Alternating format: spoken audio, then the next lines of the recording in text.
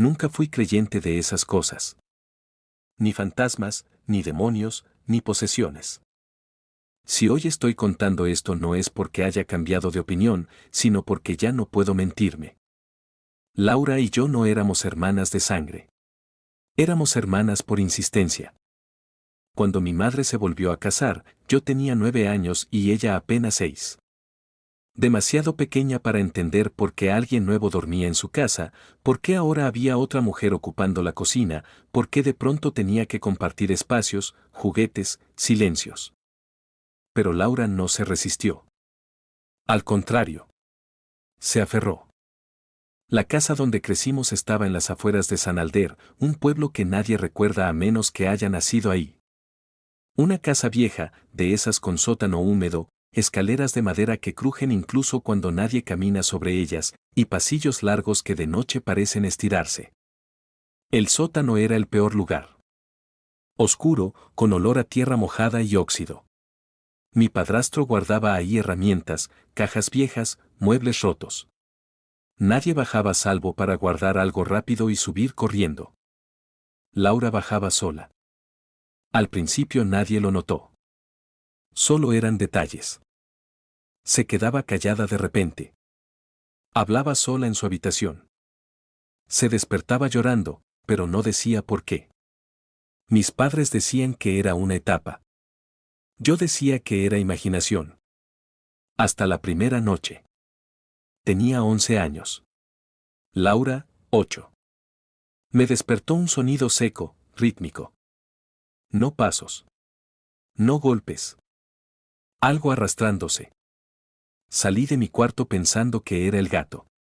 El pasillo estaba oscuro, apenas iluminado por la luz naranja que entraba desde la calle. Entonces la vi. Laura. No caminaba. Se movía con manos y pies, la espalda arqueada, la cabeza baja, avanzando lento, como si oliera el suelo. Su camisón estaba sucio, manchado de algo oscuro en las rodillas y los codos. No me miró. Pasó frente a mi cuarto y desapareció escaleras abajo. No grité. No me moví. Algo en mi cuerpo me dijo que no debía llamar su atención. A la mañana siguiente pregunté si Laura había bajado al sótano. Mi madre se rió. Debe haber sido un sueño. Esa misma semana la encontraron ahí. Mi padrastro bajó a buscar una caja y gritó. Todos corrimos. Laura estaba en un rincón, sentada en cuclillas, abrazándose las piernas. El foco colgante parpadeaba. El suelo estaba lleno de rayones, marcas irregulares hechas con las uñas. Ella murmuraba. No palabras. No frases. Sonidos húmedos, rotos, como si tuviera la boca llena de algo que no podía escupir. Cuando mi madre la tocó, Laura gruñó. Literalmente gruñó. La subieron cargada.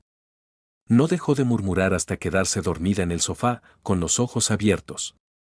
El médico dijo episodio disociativo. Los psicólogos dijeron estrés. Nadie volvió a hablar del sótano. Pero Laura sí volvió. Las noches se repitieron. A veces la escuchaba rascar las paredes. Otras, pasos rápidos por el pasillo. Una vez, me desperté y la vi parada frente a mi puerta, agachada, respirando fuerte, la cara completamente en sombras. No hizo nada. Solo se fue. Empezó a oler raro. A cloro. A humedad vieja. Mis padres decían que era sudor, que era la pubertad adelantada, que exageraba. Yo dejé de dormir. Un día la encontré sentada en el suelo de su habitación, balanceándose, los dedos llenos de astillas. El piso de madera tenía marcas circulares, símbolos torcidos que no reconocí entonces. ¿Qué estás haciendo?, le pregunté. Laura levantó la cabeza lentamente. Sus ojos no estaban perdidos. Estaban ocupados. No es para ti, susurró. Esa fue la primera vez que pensé algo que jamás quise pensar. Laura ya no estaba sola dentro de su cuerpo. Después de aquella noche, Laura empezó a desaparecer por ratos. No físicamente. Seguía comiendo, yendo a la escuela, sentándose frente a la televisión como cualquier niña. Pero había momentos, cada vez más frecuentes, en los que se iba. Se quedaba quieta. La mirada fija en algún punto inexistente. La respiración lenta, profunda, irregular. La primera vez que la vi entrar en trance fue una tarde lluviosa. Yo hacía tarea en la mesa del comedor cuando escuché un raspado lento proveniente del pasillo. No uñas. Algo más pesado. Como carne rozando madera. Laura estaba arrodillada en el suelo, inclinada hacia adelante, usando las uñas de ambas manos para marcar el piso. No dibujaba figuras claras. Eran curvas, líneas que se repetían, círculos incompletos que se conectaban entre sí como venas. La madera se astillaba, y pequeñas gotas de sangre manchaban el suelo. Laura, dije en voz baja. No reaccionó. Su boca se movía sin emitir palabras. Un murmullo grave, vibrante, que no coincidía con el ritmo de su respiración. Cuando intenté tocarla, me empujó con una fuerza que no era suya. Caí sentada. Sus ojos seguían abiertos, pero no parpadeaban. Mi madre llegó corriendo segundos después. Laura colapsó como si le hubieran quitado los hilos. Se desmayó sobre los símbolos. El médico volvió a cambiar el diagnóstico. Son crisis. Ansiedad severa. Tal vez alucinaciones nocturnas. Nadie preguntó por los dibujos. Yo empecé a limpiarlos en secreto. Cada noche, antes de dormir, pasaba un trapo húmedo por el piso, intentando borrar los surcos. Pero siempre reaparecían. No exactamente iguales. Nunca iguales. Como si alguien los estuviera corrigiendo. Las cámaras se instalaron cuando Laura empezó a no recordar las noches. Me duele el cuerpo, decía por la mañana. Siento que corrí. Siento que estuve despierta. La primera grabación que revisé sola me quitó el aire de los pulmones. A las 2:13 de la mañana, Laura se levantó de la cama. No caminó. Bajó de la cama apoyando primero las manos. Luego los pies. La espalda arqueada, la cabeza ladeada. Se movía rápido. Demasiado rápido para una niña. En el pasillo se detuvo. Giró la cabeza hacia la cámara. Sonrió. No una sonrisa infantil. Una sonrisa tensa, estirada, donde los labios apenas cubrían los dientes. Luego bajó al sótano.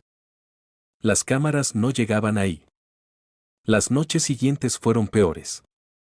En una grabación, Laura pasó 2 horas sentada frente a la pared del sótano. En otra, subió y caminó de habitación en habitación, oliendo las puertas. En una más, se quedó parada en medio del pasillo, completamente inmóvil, murmurando durante 40 minutos. Yo ya no dormía en mi cuarto. Una madrugada desperté con la sensación de que alguien estaba respirando cerca. Abrí los ojos. Laura estaba a centímetros de mi cara, agachada sobre la cama, apoyada en manos y rodillas. Sus ojos abiertos como platos. La boca torcida en algo que no llegaba a ser una sonrisa. No gritó. No habló. Solo me observó. Después retrocedió lentamente y desapareció en la oscuridad. A la mañana siguiente fingí normalidad. Ella también. Pero esa noche, al revisar las cámaras, vi algo distinto. Laura estaba en su habitación, arrodillada, trazando símbolos con las uñas otra vez. Pero ahora no estaba sola. La sombra detrás de ella no coincidía con su cuerpo. Después de ver esa grabación, dejé de pensar en si algo estaba mal con Laura. Lo que fuera que la acompañaba ya no intentaba esconderse. La cámara del pasillo se convirtió en mi peor hábito. La revisaba antes de dormir. La revisaba al despertar. La revisaba cuando escuchaba cualquier crujido, incluso cuando la casa estaba en silencio absoluto. Al principio, Laura solo caminaba en 4 patas cuando creía que nadie la veía. Pero una noche, se detuvo justo debajo de la cámara. Levantó la cabeza. Y miró directamente al lente. No era una mirada curiosa. No era infantil. Era consciente. Sus pupilas estaban tan dilatadas que casi no se veía el blanco del ojo. La mandíbula colgaba un poco, como si estuviera cansada de sostenerla cerrada. Se quedó ahí, inmóvil, durante 7 minutos. 7. Luego, lentamente, giró la cabeza hacia mi habitación. La grabación muestra cómo se incorpora de manera antinatural, primero la espalda, luego las piernas, como si no recordara del todo cómo funciona un cuerpo humano. Y entonces camina. Hacia mí. Esa misma noche desperté con una presión en el pecho. No podía moverme. El aire estaba frío, húmedo, como si alguien hubiera abierto una ventana en invierno. Sentí presencia. Abrí los ojos. Laura estaba de pie junto a mi cama. No respiraba. Tenía los brazos colgando, los hombros hacia adelante, la cabeza ladeada en un ángulo imposible. Sus labios se movían en un murmullo tan bajo que no entendía palabras, solo intención. Intenté hablar. No pude. Ella dio un paso adelante. Y entonces lo vi. En su mano derecha. Un cuchillo de cocina. Pequeño. De los que usamos para cortar fruta. La hoja temblaba ligeramente, no por nervios, sino como si algo dentro de ella vibrara. Sonrió. No fue una sonrisa amplia. Fue lenta. Medida. Como si disfrutara que yo estuviera despierta esta vez. El cuchillo subió apenas unos centímetros. En ese instante, la parálisis se dio. Grité. Laura retrocedió bruscamente, como si el sonido la hubiera golpeado físicamente. El cuchillo cayó al suelo con un tintineo seco. Corrió. No hacia su cuarto. Hacia el sótano. Mis padres despertaron. No encontramos nada esa noche. Laura apareció a la mañana siguiente sentada en la cocina, comiendo cereal, tranquila. ¿Dormiste bien?, me preguntó. Tenía ojeras profundas. Las uñas destrozadas. Y una pequeña cortada en la palma de la mano que no recordó hacerse. Fue entonces cuando decidí revisar todo. Las cámaras. Los dibujos. El sótano. Bajé sola. El aire ahí abajo era distinto.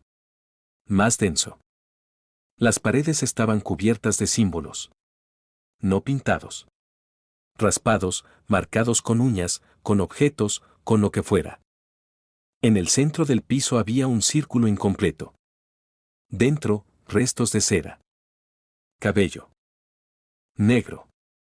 Recordé de golpe. El juego. La ouija. Nosotras dos. Niñas. Riéndonos. Apagando las luces. Haciendo preguntas que no entendíamos. ¿Hay alguien aquí? ¿Quieres jugar? Nunca dijimos adiós. La tabla estaba ahí. Escondida detrás de unas cajas viejas. La madera estaba agrietada, oscura, manchada como si hubiera absorbido humedad o algo peor. La toqué. Sentí un hormigueo inmediato en los dedos. Esa noche, no dormí. Y a las 3:06 de la mañana, las cámaras lo confirmaron. Laura salió del sótano caminando en 4 patas, la espalda arqueada, la cabeza baja. Se detuvo frente a mi habitación. Se quedó ahí. Durante horas. Murmurando.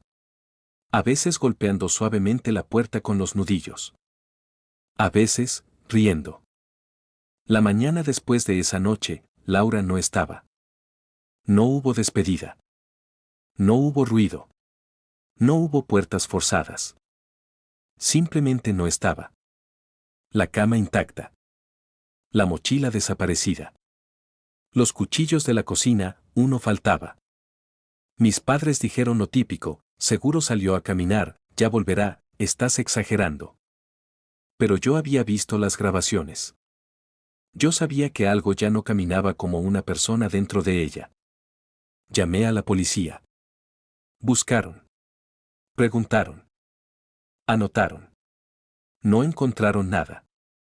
Durante semanas, No dormí más de 2 horas seguidas. Cada ruido me hacía saltar. Cada sombra parecía tener forma. Cada noche revisaba las cámaras aunque ya no grababan nada. Hasta que un vecino llamó. Dijo que había visto luces encendidas en una casa abandonada a unos kilómetros del pueblo. Una casa vieja, de madera podrida, que nadie tocaba desde hacía años. Dijo que escuchó ruidos. No música. No fiestas. Ruidos. Susurros. Golpes secos. Algo que sonaba como uñas rascando el piso. Supe que era ella antes de que dijeran su nombre.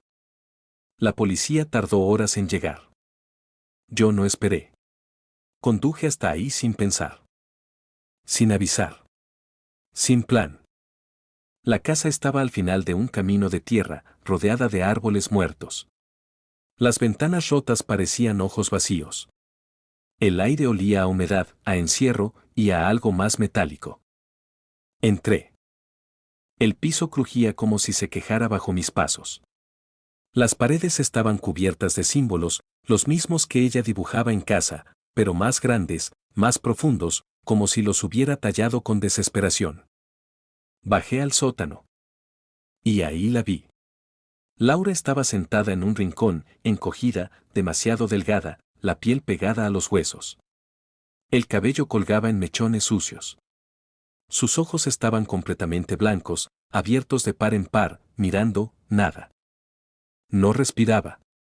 En el centro del sótano había un pentagrama enorme, dibujado con sangre seca, cera negra y símbolos imposibles. Velas consumidas. Restos de papel. Fotografías rotas. Y junto a su cuerpo. La tabla ouija. La misma. La madera estaba partida en dos. El puntero, clavado en el suelo. Me acerqué temblando. Laura, susurré. Nada. Toqué su brazo. Frío. No rígido. No todavía. Como si algo acabara de irse. La policía llegó después. Dijeron que había muerto por desnutrición, deshidratación, shock. Dijeron que estaba mentalmente inestable. Dijeron que había sido una tragedia. No mencionaron los símbolos. No mencionaron la ouija.